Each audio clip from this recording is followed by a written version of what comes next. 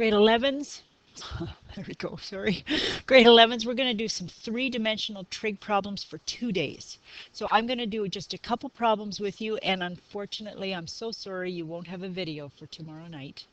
I figured your best way to get a grip with the three-dimensional aspect is to wrestle with some yourself, and then you can apply this to your project that you're going to hand in. So I'm going to do one with a lot of words, where a picture's worth 1,000 words. So here we are. Two surveyors wish to determine the height of a cliff. We use that a lot with 3D trig to find inaccessible distances. They were unable to approach closely, but were able to place themselves 400 meters apart, standing along perpendicular lines to a point at the base of the cliff. Those are things that we can measure. So buddy A and buddy B, 400 meters apart, and they could determine a point at the base of the cliff. They could see that and place themselves along perpendicular lines from it. So this is a triangle they have created along the horizontal plane. They want to determine the height of the cliff, which is in the vertical plane. From their standing points, they had clinometers. Buddy at A had an angle of elevation, so from horizontal always upwards, of 40 degrees. Buddy at B had an angle of elevation at 27 degrees. And lastly, they need a little bit more information. Buddy at A measured the angle between his lines of sight, so the blue dotted line from the base of the cliff to his friend. He measured that angle as well as 51 degrees. So on the horizontal plane, we have a right angle triangle with a measurement of 400 and a measured angle of 51 degrees. We can find other pieces of information in the horizontal plane that can help us find information in the vertical plane, because the horizontal plane is the only one where I have a length. So I am going to find either the length of his line of sight to the base, or the length of B's line of sight to the base. Either X or Y, as I've marked them, could allow us to find the height by using a triangle in the vertical plane. I'm going to choose X, and I can assume that horizontal plane to vertical plane would be a right angle triangle. We had that corner at the base of the cliff marked as P, or point, I guess. And let's call the top C for the top of the cliff. So I'm going to use my horizontal plane. In horizontal plane, triangle ABP. I'm going to use it to find side X, or AP. All right, I have a right angle triangle. I have a 51 degree angle.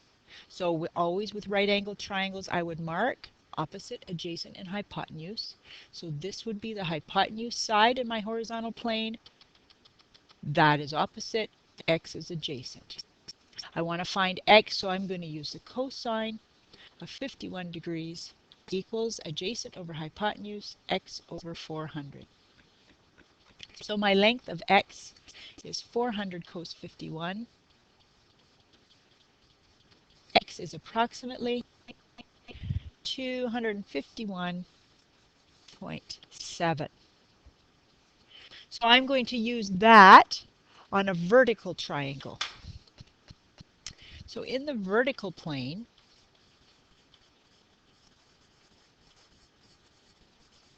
I'm going to look at triangle APC, and I have the length of X is 251.7, and I have an angle of elevation of 40 degrees. Again, I have a right angle triangle that I can solve because I have enough information now. For my right angle triangle in the vertical plane, I'm going to mark my sides, hypotenuse. Opposite is the height, and X is the adjacent. It's the opposite that I want and the adjacent that I just found, so I'm going to use tan.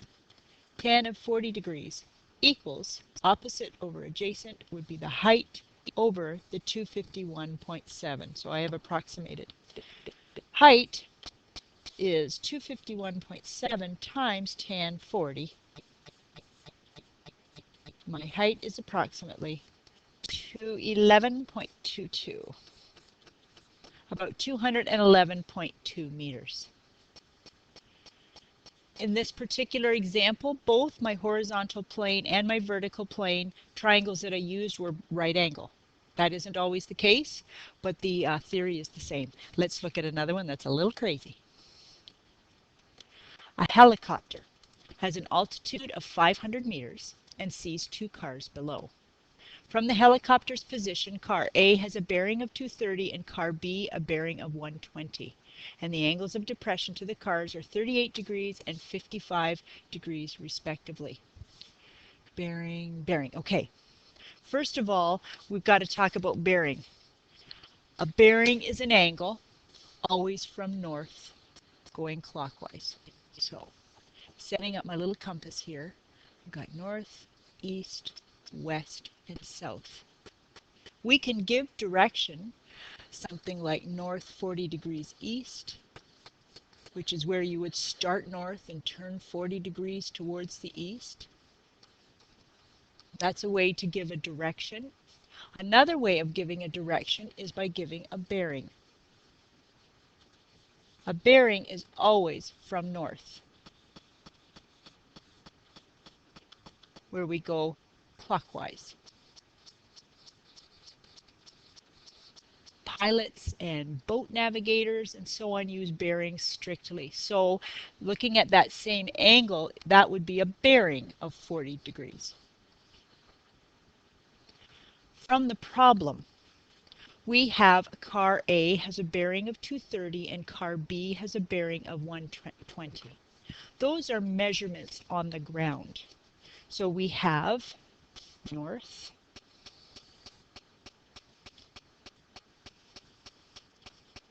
and from where the helicopter is, we'll put him right at the center. So we are way up in the sky, looking down at the helicopter. And underneath that, we can see the ground, where we have car A with a bearing of 230. If you have a bearing of 230, you start heading north, and you turn clockwise, 90, 180, 230. So that would be a bearing of 230 degrees. That would be car A. Car B has a bearing of 120. So the helicopter looks north. He looks this way 90 degrees, and a little bit further there would be car B over here. So that is the horizontal diagram. We also have the helicopter is in the air with an altitude of 500. And he has angles of depression to either. So we need to talk about the vertical plane. I really believe drawing a picture is worth 1,000 words. So we have one with all of the information together. Let's see if we can synthesize it. So from directly below where he is, we had from my last picture a bearing of 230 degrees over to this guy. There was a bearing of 120 degrees to that guy. And that's all on the horizontal plane.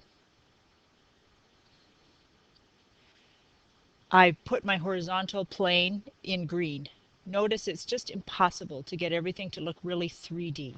So if you would pretend that green plane is flat, and then the dotted lines are all in the vertical plane. And so we know that the helicopter has a height of 500 meters.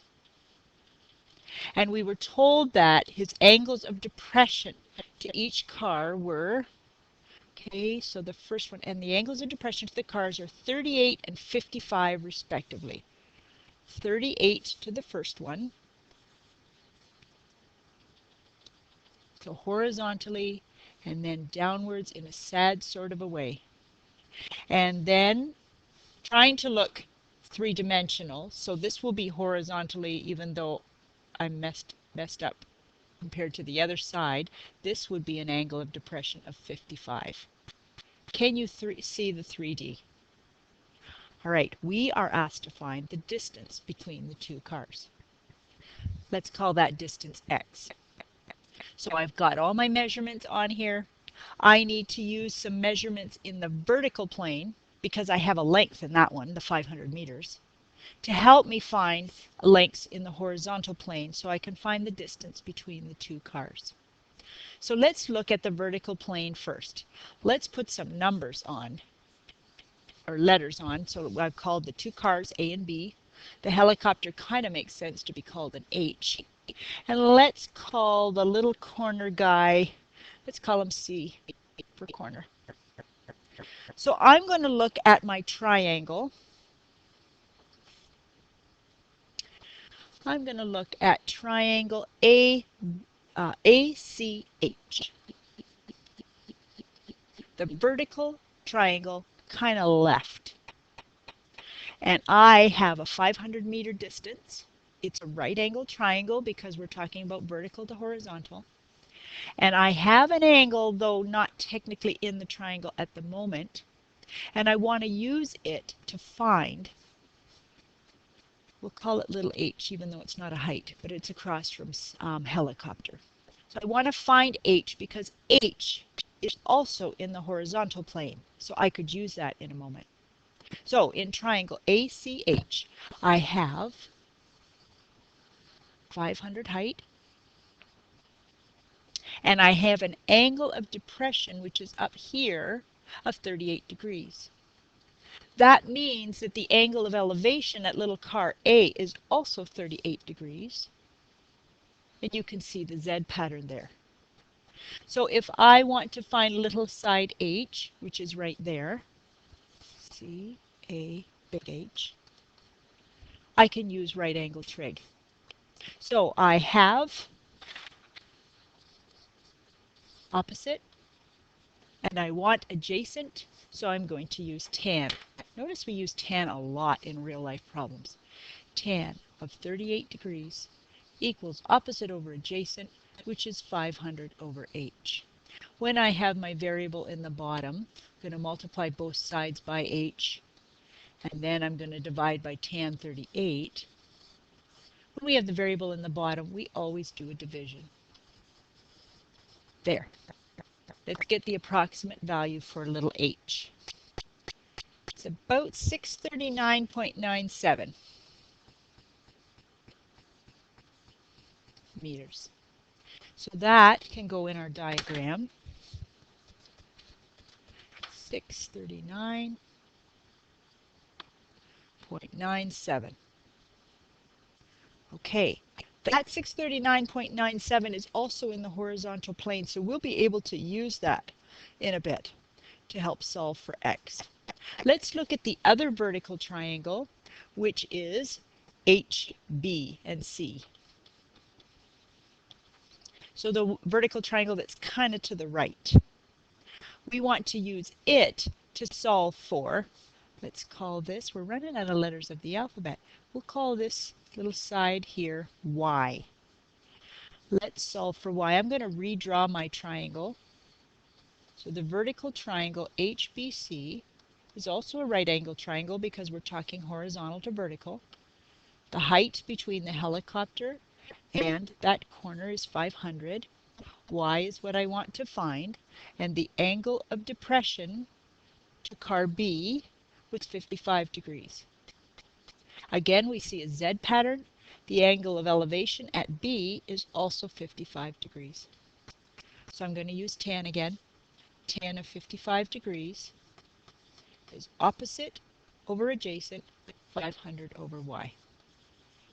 To isolate y, we're going to end up with a division. I'm multiplying both sides by y, and then I'm going to divide both sides by tan 55.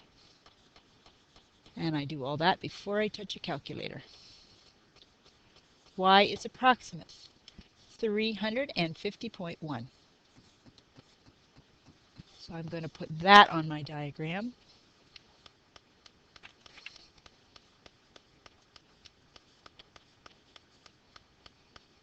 Okay. Now I have a triangle in the horizontal plane that has two lengths. I'm missing a length, but I must have an angle in order to solve for that missing value of x. Do I have an angle inside that triangle on the horizontal plane? I do actually. I have a bearing of 230 and I have a bearing of 120, and the angle in the triangle right in there is the difference between the two. So it would be an angle of 110. So in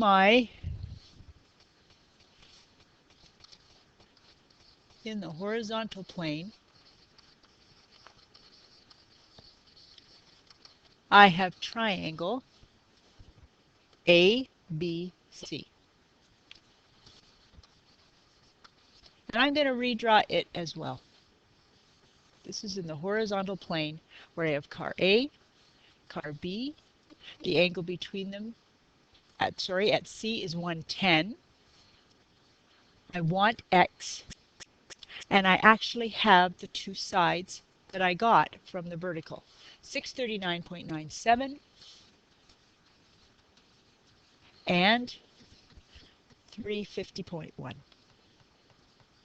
So nothing's been drawn to scale, but the picture was most helpful. I have to use cos law because I don't have an angle side pair, and this is not a right angle triangle. That is not a right angle symbol, that's just a curve. There we go. I have to use the cos law. The cos law is x squared across from the angle opposite to it, and there I can set up my cos law. X squared equals the two sides squared.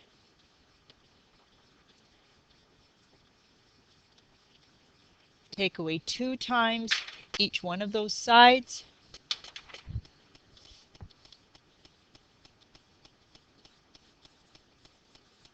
Cos 110. If you type it all in at once in your calculator, sometimes it's helpful to put on a set of brackets. Let's type it in. I have 685,397.5. X itself, which is a length, is the square root. And we have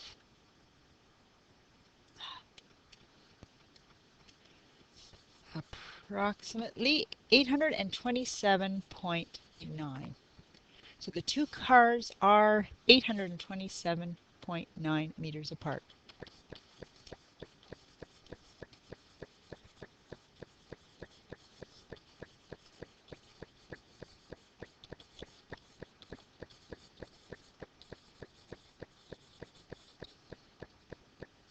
I have textbook 3D problems and I have course note 3D problems. I'll give you the whole list right now. Pick some and don't chicken out. Pick some hard ones. It's going to be fun. All right, text for Alex, page 332 to 335. Numbers 3 to 8, 11, 13. Course notes. And the answers are in the course notes. You just have to look for them. 129 to 131. Number 7, 16 to 18.